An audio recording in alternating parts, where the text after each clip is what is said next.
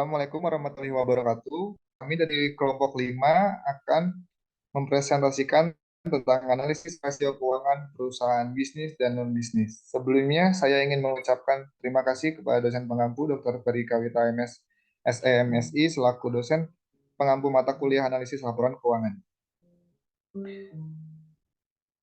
Sebelumnya, izin memperkenalkan diri, nama saya Muhammad Adifa dengan NIM 212 dan rekan saya Akmal Maulana 209, Repi Nur Cahyani dengan NIM 210, Vina Febrianti 211, Anggi Novia 215, Iis Akilah 276, dan Alfi Fitria 290. Analisis rasio keuangan PT Industri Jamu dan Farmasi Sido Muncul Tbk. Latar belakang perusahaan. Sejarah perusahaan PT Industri Jamu dan Farmasi Sido Muncul Tbk, produsen jamu terbesar dan termodern di Indonesia dengan pangsa pasar terbesar untuk kategori produk jamu tradisional. Produk unggulan tolak angin dan kuku Bima Energy adalah salah satu produk unggulan perusahaan yang telah banyak dikenal selama puluhan tahun. Prinsip perusahaan berkomitmen untuk berkembang sejalan dengan prinsip manusia, bumi, dan laba untuk menciptakan perusahaan yang berkesinambungan dan bertanggung jawab. Ini adalah neraca PT Industri Jamu dan Farmasi Sido Muncul Tbk. Selanjutnya ada laporan laba rugi. Selanjutnya ada rasio likuiditas yang akan dibacakan oleh rekan saya.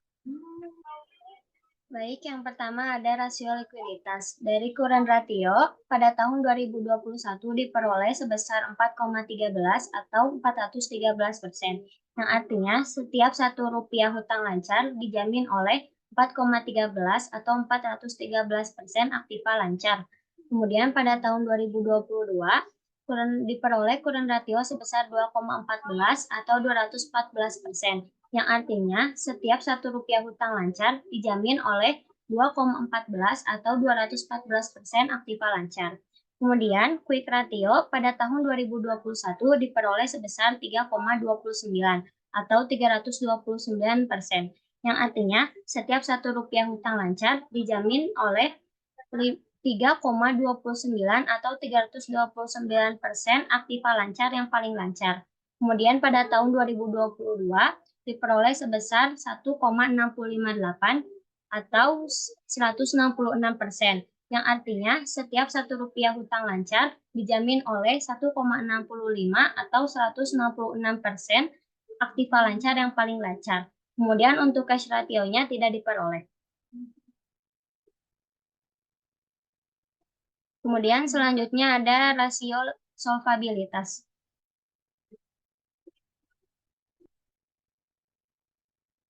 Yang pertama ada total debt to total asset ratio.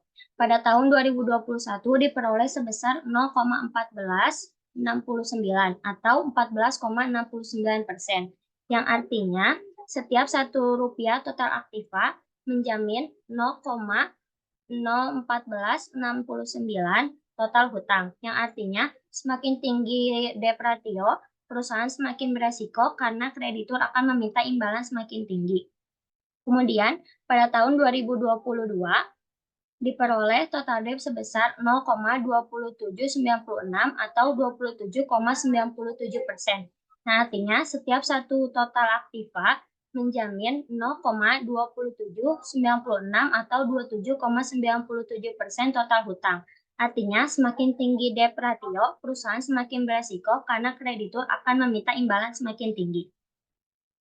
Kemudian, debt to equity ratio. Pada tahun 2021 diperoleh sebesar 23,1 kali, yang artinya keuntungan perusahaan hanya bisa menutup beban bunga sebesar 23,1 kali. Kemudian pada tahun 2022 diperoleh debt ratio sebesar 28,2 kali, yang artinya keuntungan perusahaan hanya bisa menutup beban bunga sebesar 28,2 kalinya. Kemudian untuk long term debt to equity ratio pada tahun 2021 diperoleh 0,015 atau 1,57%, yang artinya modal perusahaan dibelanjai oleh utang jangka panjang sebesar 0,015 atau 1,57%. Kemudian pada tahun 2022 diperoleh sebesar 0,016 atau 1,66%, yang artinya modal perusahaan dibelanjai oleh utang jangka panjang sebesar 0,016 atau 1,66%. Kemudian, time interest earn ratio pada tahun 2021 diperoleh sebesar 23,1 kali, yang artinya keuntungan perusahaan hanya bisa menutup beban. Dan untuk 2022-nya 28,2 kali, yang artinya perusahaan hanya bisa menutup sebesar 28,2 kali.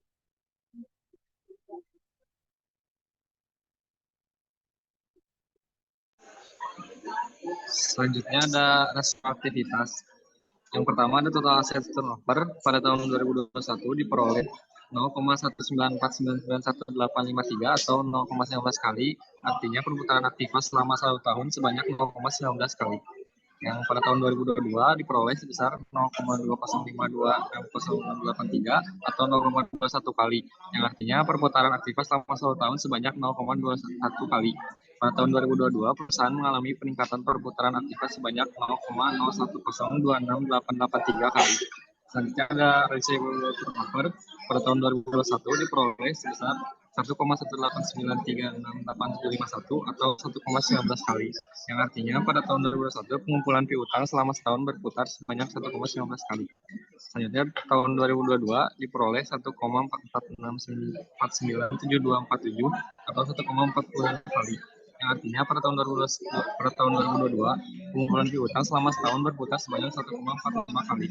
Pada tahun 2022 mengalami kenaikan perputaran piutang sebanyak 0,26 kali. Yang ketiga ada average collection period pada tahun 2021 diperoleh 302,6815693 atau 303 hari. Yang artinya rata-rata piutang tertagih adalah setiap 303 hari. Pada tahun 2022 diperoleh 248,8770723 atau 249 hari. Yang artinya rata-rata piutang tertagih adalah setiap 249 hari.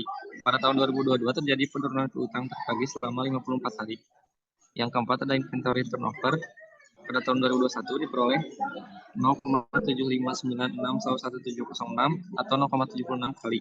Artinya perputaran persediaan selama 1 tahun sebanyak 0,76 kali. Selanjutnya pada tahun 2022 diperoleh 0,718555665 atau 0,72 kali, yang artinya perputaran persediaan selama 1 tahun sebanyak 0,72 kali. Pada tahun 2022 adanya penurunan perputaran persediaan sebanyak 0,04 kali. Yang kelima ada average days inventory. Pada tahun 2021 diperoleh 473,9266346 atau 474 hari, yang artinya perputaran persediaan selama 1 tahun sebanyak 0, persediaan bahan baku disimpan di gudang selama 474 hari sebelum dijual. Selanjutnya 2022 diperoleh 501,002935 atau 501 hari, yang artinya persediaan bahan baku disimpan di gudang selama 501 hari sebelum dijual. Pada tahun 2022 adanya penurunan persediaan bahan baku di gudang selama 27 hari. Yang selanjutnya working capital turnover. Pada tahun 2021 diperoleh 0,4663485524 atau 0,47 kali. Artinya modal kerja berputar sebanyak 0,47 kali selama 1 tahun periode. Pada tahun 2022 diperoleh 0,671423222 atau 0,67 kali. Artinya modal kerja berputar sebanyak 0,67 kali selama 1 tahun per periode. Pada tahun 2022 adanya peningkatan modal kerja sebanyak 0,2 kali. Yang selanjutnya ada fixed asset turnover. Pada tahun 2021 diperoleh 0,434924131 atau 0,43 kali. Yang artinya aktiva tetap berputar selama 1 tahun sebanyak 0,43 kali. Pada tahun 2022 diperoleh 0,48117528 atau 0,48 kali. Artinya aktiva tetap berputar selama 1 tahun sebanyak 0,48 kali. Pada tahun 2022, perputaran aktiva tetap meningkat selama 1 tahun sebanyak 0,5 kali.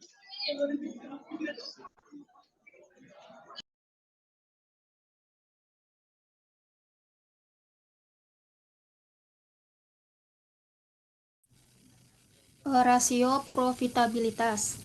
Gross profit margin pada tahun 2021 laba kotornya 447,937, untuk penjualannya 793,416.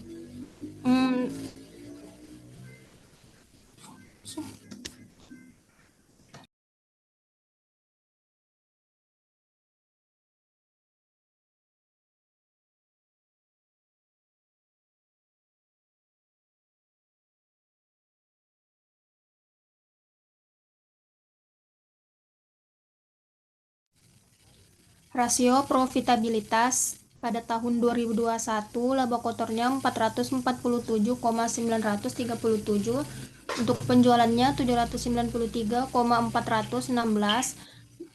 Jadi gross profit marginnya yaitu 56,46%.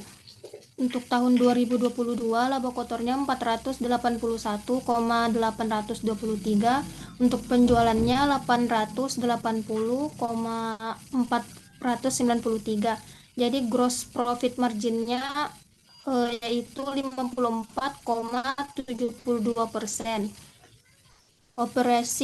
Operating profit margin untuk tahun 2021, EBIT-nya 332,043, untuk penjualnya 793,416. Operating profit margin-nya yaitu 41,85%. Untuk tahun 2022, EBIT-nya 367,115, untuk penjualannya sendiri yaitu 880,493. Operating profit margin-nya yaitu 41,69%.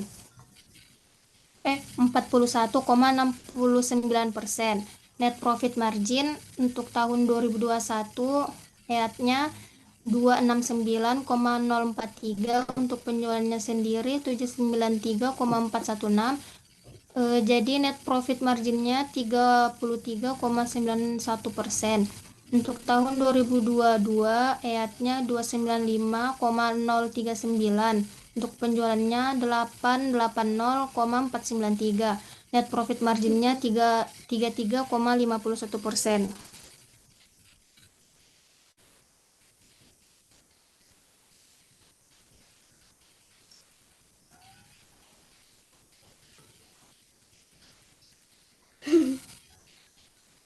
Returns of asset untuk tahun 2021, EBIT-nya yaitu 332,043, untuk total aktivanya 4,068,970. Jadi ROA-nya yaitu 8,16%. Untuk tahun 2022, EBIT-nya 367,115, untuk total aktivanya 4,289,633. Jadi ROA-nya yaitu 8,56%. Selanjutnya ada rasio profitabilitas, yaitu selanjutnya ada returns of investment atau ROI. Pada tahun 2021, ROI-nya diperoleh sebesar 0,06 atau 6,61%, yang artinya setiap Rp1 total aktiva atau investasi yang dilakukan diperoleh laba bersih sebesar 0,06 atau 6,61%. Kemudian pada tahun 2022 diperoleh ROI sebesar 0,068 atau 6,88%, yang artinya setiap Rp1 total aktiva atau investasi yang dilakukan diperoleh laba bersih sebesar 0,068 atau 6,88%. Kemudian ada returns on equity atau ROE. Pada tahun 2021 diperoleh ROE sebesar 0,077 atau 7,75%. Artinya setiap Rp1 modal sendiri yang dioperasionalkan menghasilkan laba bersih sebesar 0,0775 atau 7,75%. Kemudian pada tahun 2022 diperoleh ROE sebesar 0,0954 atau 9,55%, yang artinya setiap Rp1 modal sendiri yang dioperasionalkan menghasilkan laba bersih sebesar 0,0954 atau 9,55%. Kemudian yang terakhir ada earning per share atau IPS. Pada tahun 2021 diperoleh IPS sebesar 0,0089681. Pada tahun 2022 diperoleh IPS sebesar 0,01316797. Ada rasio penilaian, yaitu yang selanjutnya ada price earning ratio atau PER. Pada tahun 2021 diperoleh PER sebesar 69.133,9303. Kemudian pada tahun 2022 diperoleh PER sebesar 19.744,889. Kemudian selanjutnya ada market to book value ratio atau MBV. Pada tahun 2021 PBV-nya diperoleh sebesar 5.358,40051. Kemudian pada tahun 2022 diperoleh PBV-nya sebesar 6.019,59865. Selanjutnya ada analisis common size. Analisis common size pada kas dan setara kas pada tahun 2021 diperoleh 26,60%. Kemudian pada tahun 2022-nya diperoleh sebesar 29,29%. Kemudian piutang usaha pada pihak ketiga pada tahun 2021 diperoleh 9,17%. Kemudian pada tahun 2022 diperoleh 7,28%. Kemudian piutang usaha pada pihak berelasi pada tahun 2021 diperoleh 7,15%. Sedangkan pada tahun 2022 diperoleh 6,67%. Kemudian ada piutang lain-lain. Piutang lain-lain dari pihak ketiga pada tahun 2021 diperoleh sebesar 0,007%. Sedangkan pada tahun 2022 diperoleh 0,24%. Kemudian ada persediaan. Pada tahun 2021 diperoleh 11,18%, sedangkan pada tahun 2022 diperoleh sebesar 12,93%. Kemudian uang muka pada tahun 2021 diperoleh sebesar 0,08% dan pada tahun 2022 tetap sebesar 0,08%. Kemudian aset lancar lainnya diperoleh pada tahun 2021 sebesar 0,91% dan pada tahun 2022 diperoleh sebesar 0,85%. Kemudian total aset lancar diperoleh sebesar pada tahun 2021 sebesar 55,16% dan pada tahun 2022 sebesar 57,34%. Kemudian pada aset tidak lancar, uang muka pada tahun 2021 diperoleh sebesar 0,30%, sedangkan pada tahun 2022 diperoleh sebesar 0,43%. Kemudian aset pajak tangguhan pada tahun 2021 diperoleh 1,46% dan pada tahun 2022 diperoleh sebesar 1,23%. Kemudian aset neto pada tahun 2021 diperoleh sebesar 39,0,3% dan sedangkan pada tahun 2022 sebesar 37,23%. Kemudian goodwill pada tahun 2021 diperoleh 2,25%, sedangkan 2022 diperoleh 2,3%. Aset tidak lancar lainnya pada tahun 2021 diperoleh 1,80%, dan sedangkan tahun 2022 diperoleh 1,64%.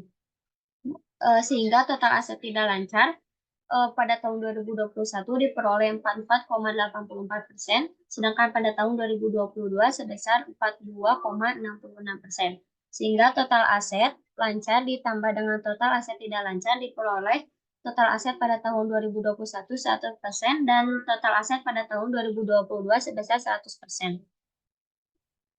Untuk total liabilitas jangka pendeknya untuk tahun 2021 13,35%. Sedangkan untuk tahun 2022 totalnya yaitu 26,64%.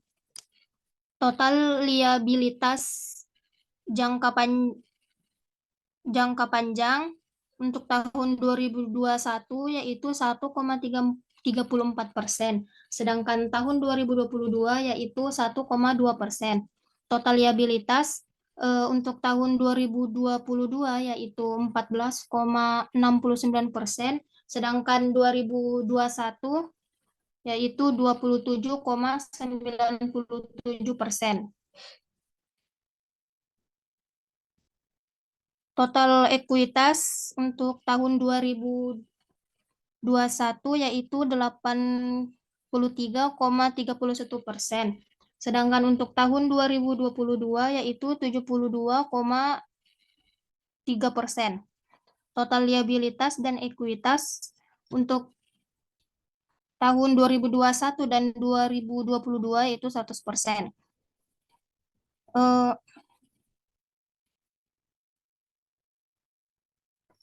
Untuk penghasilan komprehensif lain periode berjalan setelah pajak untuk tahun 2021 yaitu 0,09%, sedangkan untuk tahun 2022 yaitu 0,07%.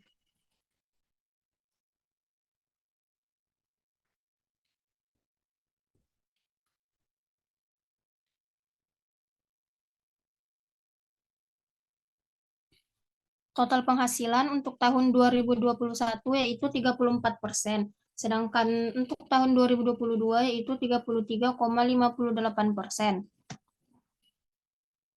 Total penghasilan komprehensif tahun berjalan yang dapat diatribusikan untuk tahun 2022 yaitu 34%, tahun 2021 yaitu 34%, sedangkan tahun 2022 yaitu 33,51%. Jadi totalnya untuk tahun 2021 yaitu 34%, sedangkan untuk tahun 2022 yaitu 33,58%.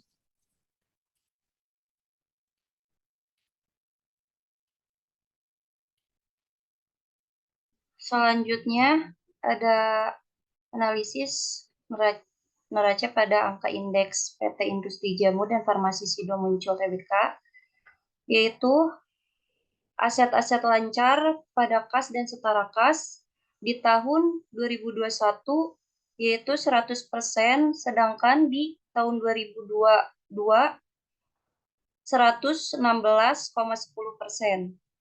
Berikutnya ada piutang usaha pihak ketiga neto di tahun 2021 yaitu 100%, sedangkan di tahun 2022 yaitu 83,77%. Selanjutnya, pihak berelasi di tahun 2021 100%, sedangkan di tahun 2002 98,31%. Piutang lain-lain pihak ketiga di tahun 2021 yaitu 100%, sedangkan pada tahun 2022 3,17%.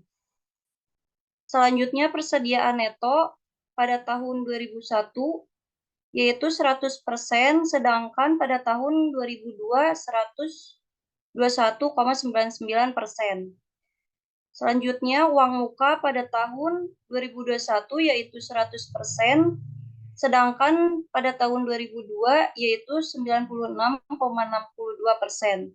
Selanjutnya aset lancar lainnya pada tahun 2021 yaitu 100%, sedangkan 2022 yaitu 97,97%. Berikutnya total aset lancar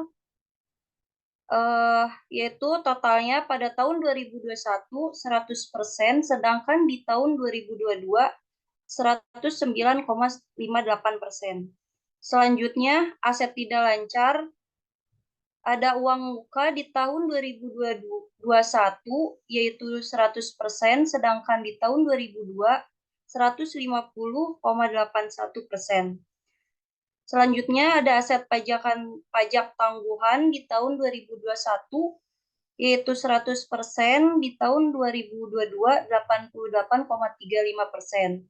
Selanjutnya ada aset tetap neto pada tahun 2021 yaitu 100%, sedangkan pada tahun 2022 100,56%. Selanjutnya ada goodwill pada tahun 2021 100%, sedangkan pada tahun 2022 100%. Selanjutnya total aset tidak lancar, yaitu total asetnya pada tahun 31 Desember 2021 yaitu 100%, sedangkan di tahun 2022 100,542%. Selanjutnya, total liabilitas jangka pendek pada liabilitas dan ekuitas liabilitas, yaitu pada tahun 2021 100%, sedangkan tahun 2022 211,34%. Selanjutnya, total liabilitas pada liabilitas jangka panjang, yaitu pada tahun 2021 100%, sedangkan pada tahun 2022 200,70%. Selanjutnya, total ekuitas dari ekuitas yang dapat diatribusikan kepada pemilik entitas induk pada tahun 2021 yaitu totalnya 100%, dan pada tahun 2022 yaitu 100,542%.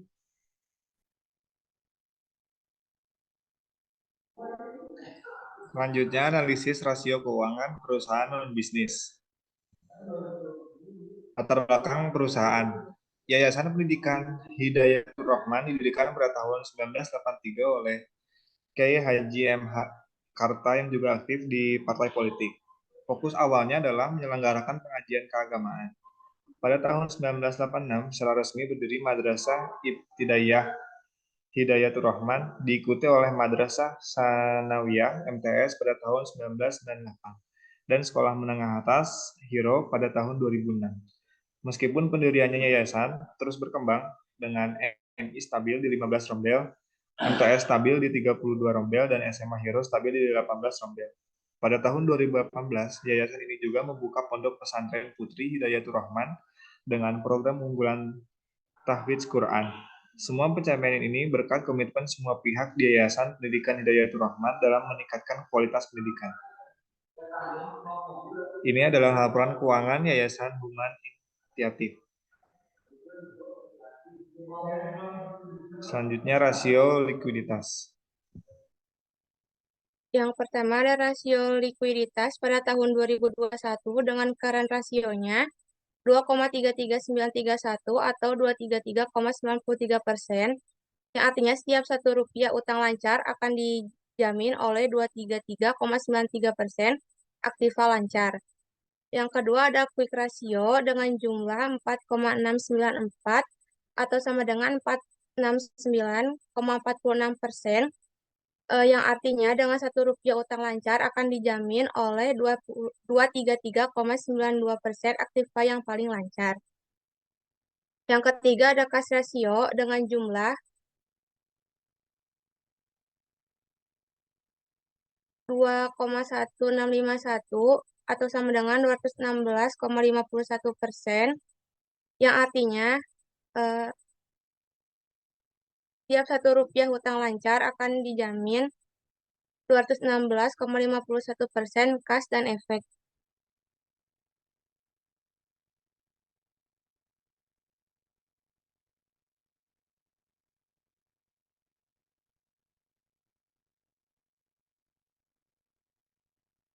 Next.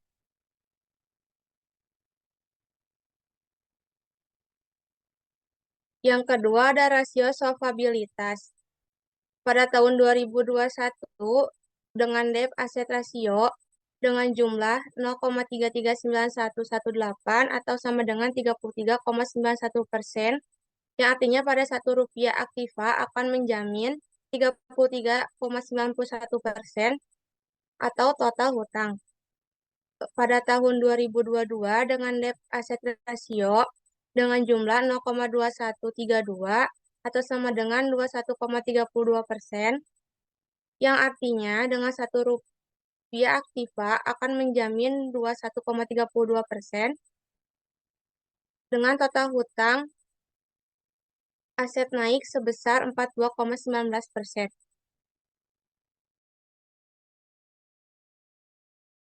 Pada tahun 2022,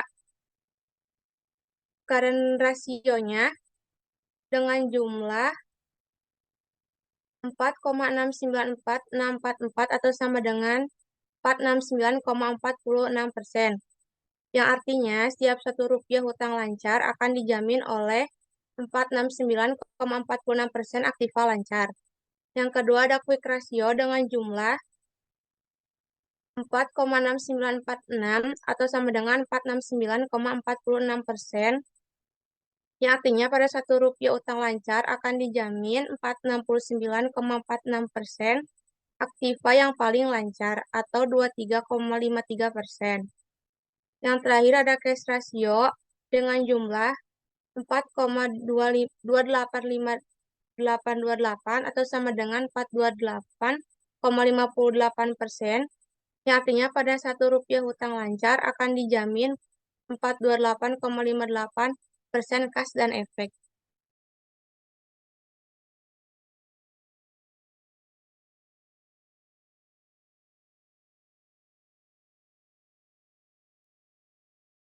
Selanjutnya, analisis angka indeks.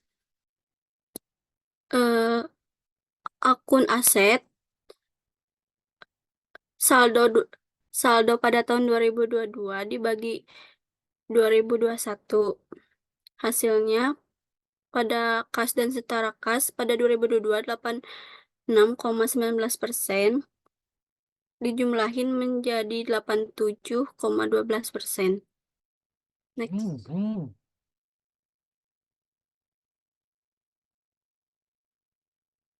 Next, Adipa.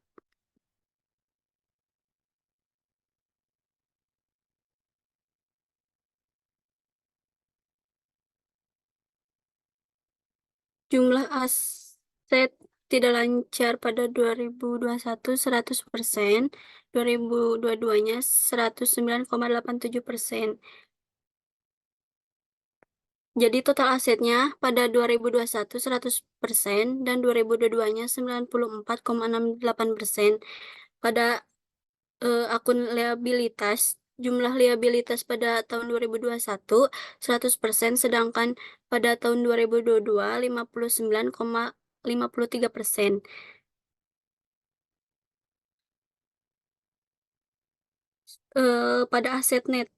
Pada akun neto tanpa pembatasan, jumlah pada tahun 2021 sebesar 100%, sedangkan total 2022 111,81%.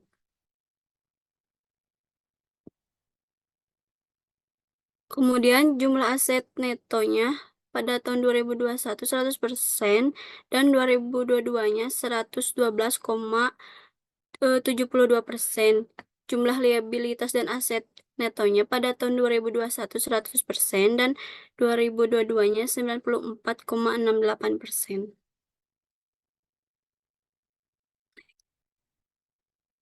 Selanjutnya menganalisis common size. Jumlah aset lancar pada tahun 2021 sebesar 66,74%, sedangkan pada tahun 2022-nya 61,41%. Jumlah aset tidak lancar pada tahun 2021 sebesar 33,26%, sedangkan pada tahun 2022-nya 38,5%. Jumlah asetnya pada tahun 2021 100%, 2022-nya juga 100%. Jumlah liabilitas pada tahun 2021 33,91%, sedangkan pada tahun 2022-nya 21,32%. Jumlah aset neto tanpa pembatasan pada tahun 2021 36,64%, sedangkan pada tahun 2022-nya 43,27%. Dan jumlah aset netonya pada tahun 2021 66,66%, 9%, sedangkan pada tahun 2022-nya 78,68%. Dan jumlah liabilitas dan asetnya Bentar. Mana? Gak kelihatan. Jumlah liabilitas dan aset netonya pada tahun 2021 sebesar 100% dan 2022-nya juga 100%.